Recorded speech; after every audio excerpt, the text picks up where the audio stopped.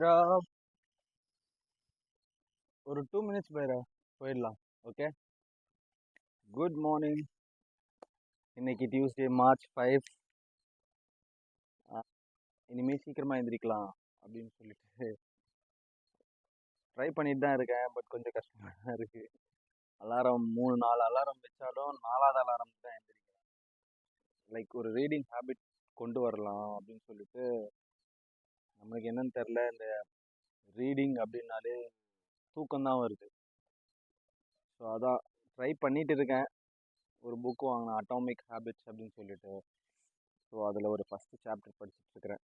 So அதில் என்ன சொல்கிறாங்கன்னா, டெய்லியும் ஒரு டைனி ஹேபிட்ஸை சேஞ்ச் பண்ணணும். அப்படி மாறினாலே நம்ம வந்து 1 இயரில் நம்ம 365% வந்து நம்ம பெட்டர் பர்சனாக தான் இருக்கும் அப்படின்ற மாதிரி சொல்கிறாங்க. சரி, ட்ரை பண்ணி பார்ப்போமே. இன்னைக்கு வந்து டியூஸ்டே செஸ்ட் ஒர்க் அவுட் பண்ண போகிறேன். செஸ்ட் ஒர்க் அவுட் பண்ணுறதுக்கு முன்னாடி நம்ம சீட் மீல் பற்றிலாம் பேசலாம். இன்னைக்கு சீட் மீல் பற்றி பேசலாம். ஸோ அதை பற்றி நிறைய பேசுவோம். நம்ம ஜிம்மில் போய் பேசுவோம். ஏன்னா என்னோட பிரதர் ஹியர் பரதன் வந்து வாக்கிங் போகணும்னு துடிச்சிட்டு இருக்கான். கூட்டிகிட்டு போயிட்டு வரேன். see you in the gym. வந்து ஒரு 2 வார்ம் அப் செட் முடிச்சுட்டு 3rd செட் ஆரம்பிக்கும். Incline press.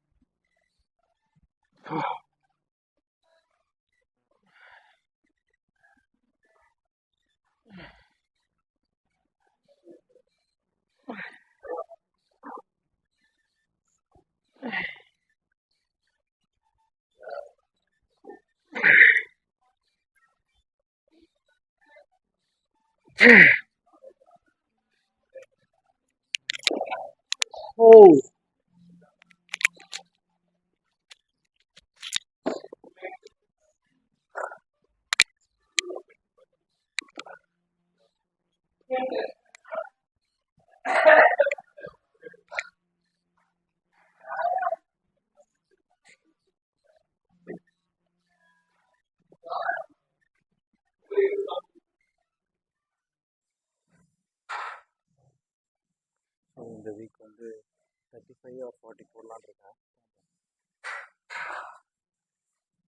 அதுக்கு முன்னாடி இப்போ 30 போட போகிறேன்.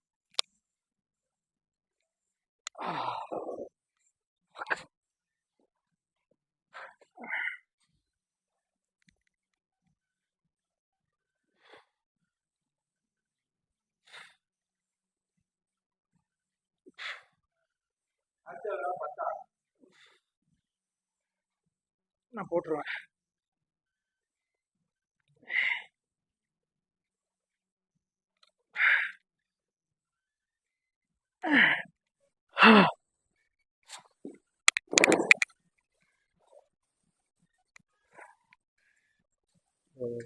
கட்டியில் வந்து ஈஸியாக 10 rep போச்சு. அடுத்த வீட்டில் போடுவோம்.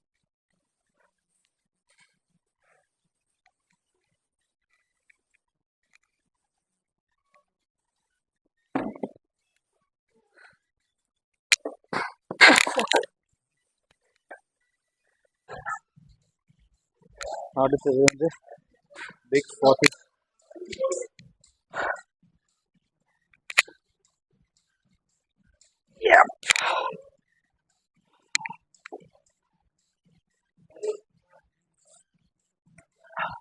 ஸ்டிஃப் ஆயிடுச்சு.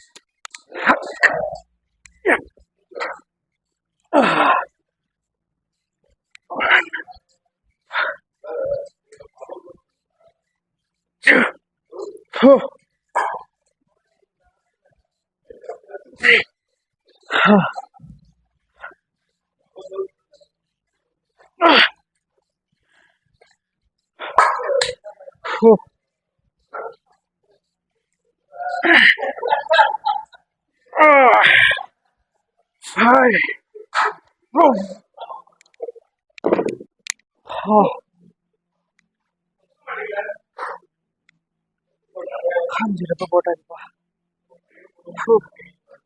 அடுத்த வாரம் 50 டார்கெட் பண்றோம்.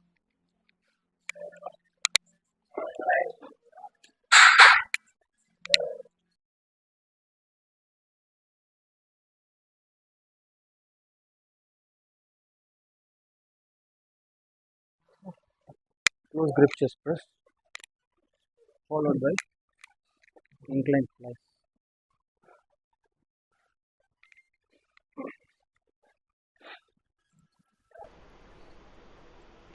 இப்போ க்ளோஸ் grip செஸ்ட் ப்ரெஸ் போடுறேன். இதில் என்ன பார்த்தீங்கன்னா எல்போஸ் கொஞ்சம் பெண்ட் பண்ணிக்கலாம். என்னோடய பெக் மசிலில் வந்து முடிஞ்ச வரைக்கும் மேக்ஸிமம் ஸ்ட்ரெச் பண்ணிவிட்டு and then squeeze at the top. அதுதான் பண்ணிகிட்டு இருக்கிறேன் இப்போது. Close grip chest press. இதுக்கப்புறம் என்னென்னா சூப்பர் செட் வந்து டம்பிள் ஃப்ளைஸ்.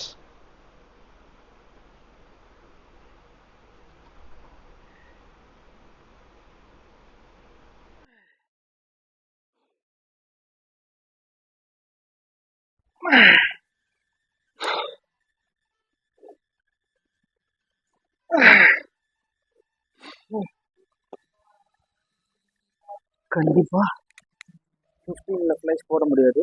ஸோ ட்ராப் பண்ணுறேன் வெயிட். லாஸ்ட் டைம் 12லேயே என்னால் போட முடியல. எனக்கு ஒரே நிமிஷம்.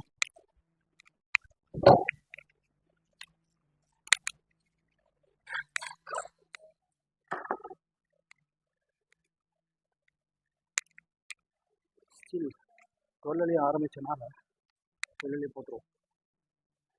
ட்ரிப்பு தான் போகாது.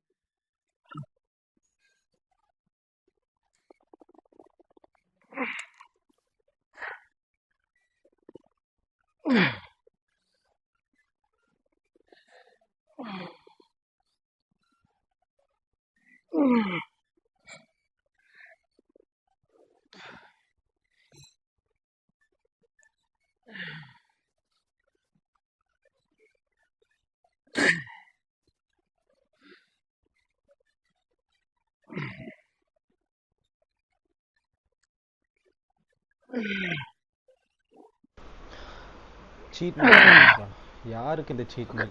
நீங்கள் காம்படிஷன் பண்ணுறீங்க, இல்லை வந்து ஒரு கோல் ஃபோக்கஸ்டான ஒரு ட்ரான்ஸ்ஃபர்மேஷன் கொடுக்க போகிறீங்க அப்படின்னும் போது உங்கள் டயட்டில் எவ்வளோக்கு எவ்வளோ நீங்கள் ஃபோக்கஸ்டாக இருக்கீங்களோ அதை பொறுத்த வரைக்கும் தான் உங்கள் ப்ராக்ரஸும் இருக்கும்.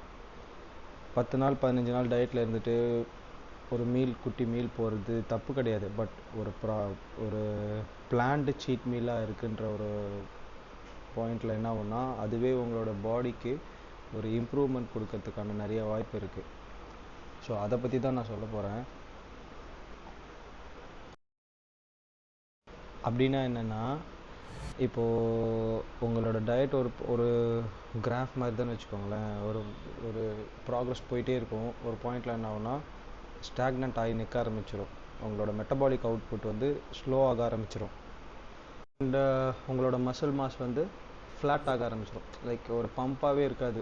நீங்கள் ஒர்க் அவுட் பண்ணிகிட்டு இருக்கும்போது ஒரு எவ்வளோ பம்ப் இருக்குமோ அதை விட ஃப்ளாட்டாக இருக்கிற மாதிரியே உங்களுக்கு ஃபீல் இருக்கும். ஸோ அந்த மாதிரி ஒரு ஃபேஸில் நீங்கள் ஒரு ஹை கேலரி சீட் மீல் ஒரு நைட் டைமில் நீங்கள் கொடுத்தீங்கன்னா தட் வில் கண்டிப்பாக வந்து உங்களுக்கு உங்களோட ப்ராக்ரஸ்க்கு கண்டிப்பாக ஹெல்ப் பண்ணும்.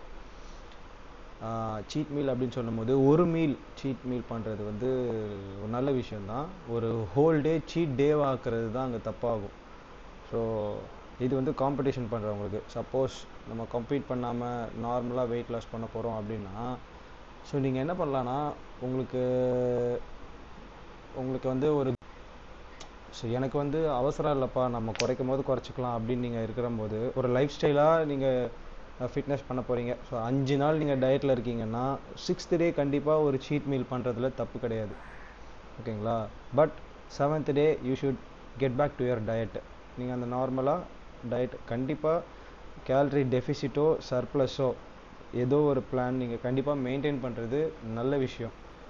அப்படி இல்லைன்னு வச்சுக்கோங்களேன், எக்ஸ்ட்ரா கேலரிஸ் போக ஆரம்பிச்சுன்னா ஃபேட் ஆக ஆரம்பிப்பீங்க. அப்புறம் ஃபேட் சாப்பிடுவீங்க நிறையா, அப்புறம் நிறையா ஜங்க்ஸ் போக ஆரம்பிக்கும். ஸோ இதனால தான் ஏதோ ஒரு மீல், ஒரு க்ளீன் ஈட்டிங் பிளானில் நீங்கள் இருக்கிறது ஆப்டிமல் அண்ட் சஜஸ்டட். ஸோ இதுதான். அப்படி இல்லைன்னு வச்சுக்கோங்க, இப்போது நீங்கள் என்ன பண்ணலாம்னா சீட் மீலாக 5th டே, இப்போ 5 நாள் நான் டயட்டில் இருக்கேன்ப்பா, ஒரு 6வது நாள் கிரேவிங் வருது, ஏதாவது சாப்பிட்லாம் அப்படின்னு நினைக்கும் போது நீங்கள் வந்து ஒரு மீல் நீங்கள் உங்களுக்கு இஷ்டப்பட்டதை நீங்கள் சாப்பிட்றதுல தப்பே கிடையாது. And then then again you should get back to your nutrition on 7th day. ஒரு மீல் ஒன் டேலாம் போகக்கூடாது, ஒன் டே 1 வீக்காக மாறுற கூடவே கூடாது.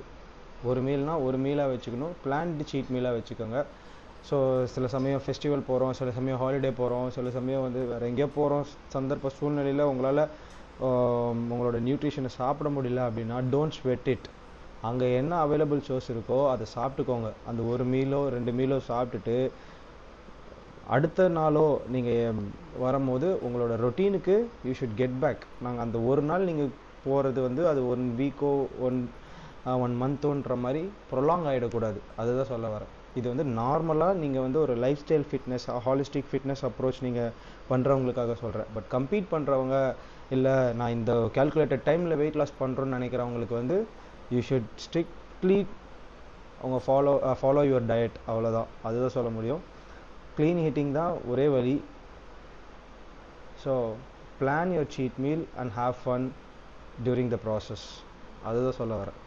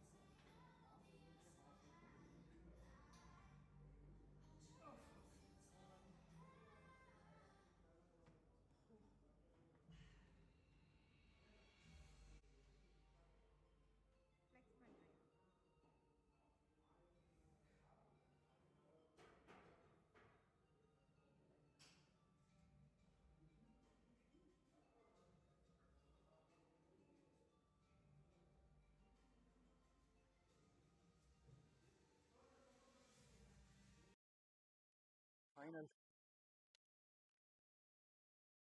லாஸ்ட்டு ஃப்ளாட் ப்ரெஸ் இந்த சூப்பர் செட் வித்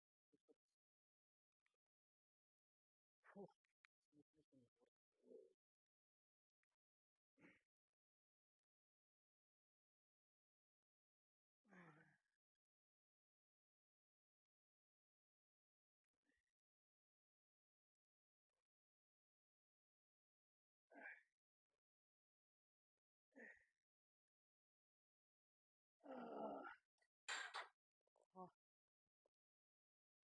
அவன்லே முக்கிடுச்சு. ஸோ கொஞ்சம் வெயிட் பண்ணிட்டு ஒரு